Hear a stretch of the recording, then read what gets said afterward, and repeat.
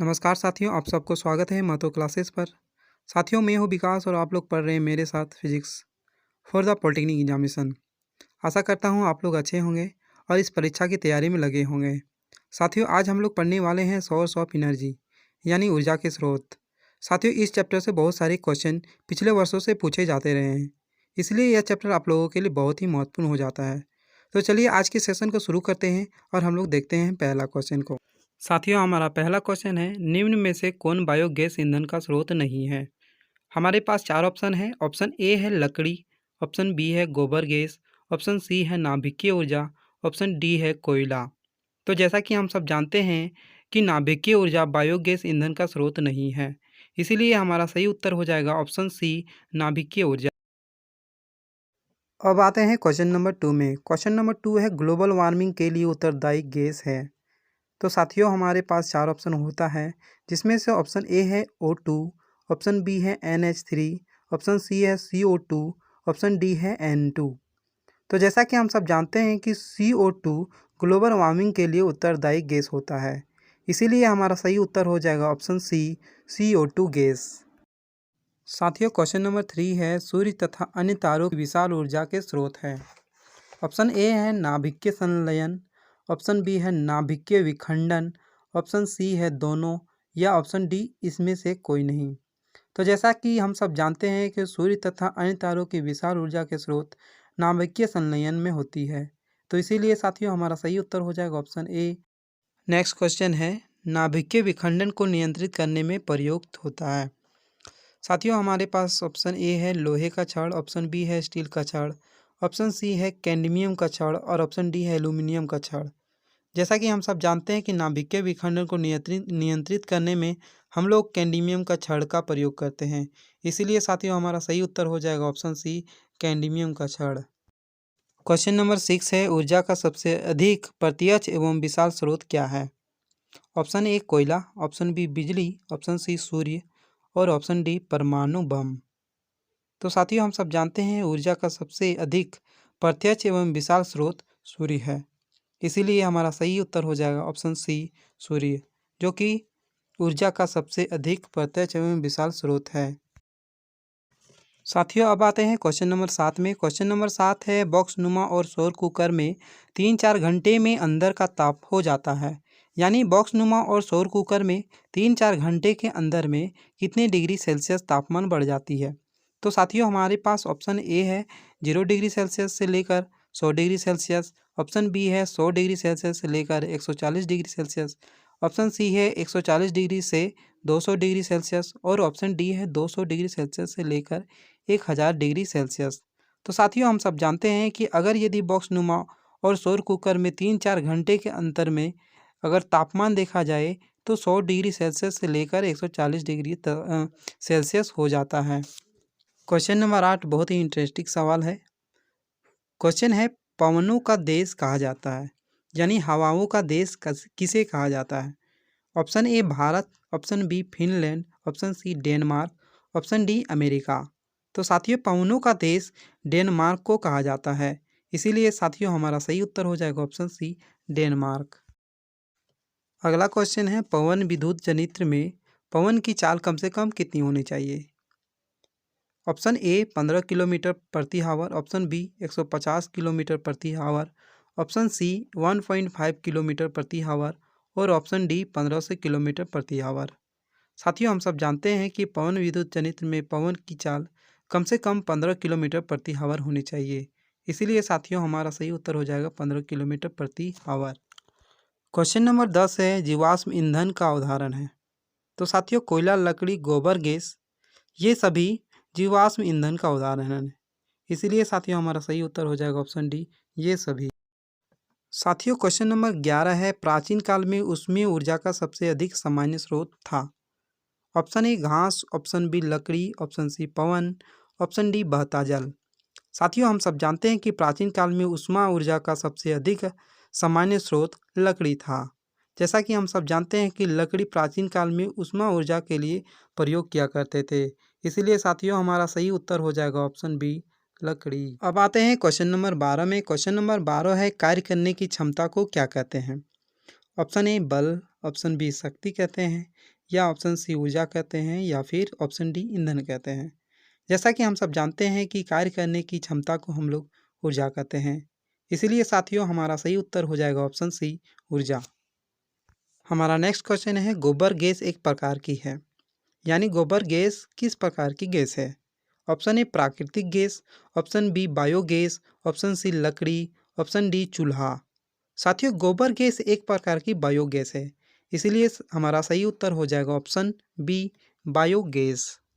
साथियों अब आते हैं क्वेश्चन नंबर 14 में। क्वेश्चन नंबर 14 है, नवीकरणीय ऊर्जा का स्रोत क्या है? ऑप्शन ए नाभिकीय ऊर्जा, ऑप्शन बी सौर ऊर्जा, ऑप्शन सी कोयले से प्राप्त ऊर्जा, ऑप्शन डी प्राकृतिक गैस से प्राप्त ऊर्जा। तो साथियों नवीकरणीय ऊर्जा का स्रोत सौर ऊर्जा है, इसीलिए साथियों हमारा सही उत्तर हो जाएगा ऑप्शन बी सौर ऊर्जा। अब आते हैं क्वेश्चन नंबर 15 में। क्वेश्चन नंबर 15 है, जैव गैस एक उत्तम ईंधन है क्योंकि इसमें मीथेन गैस पाई जाती है, यानी मीथेन गैस कितनी परसेंट पाई जाती है? साथियों हमारे पास ऑप्शन ए है 50%, ऑप्शन बी है 60%, ऑप्शन सी 70% और ऑप्शन डी 75%। जैसा कि हम सब जानते हैं कि 75% मीथेन गैस में पाई जाती है, इसीलिए जैव गैस एक उत्तम ईंधन होता है।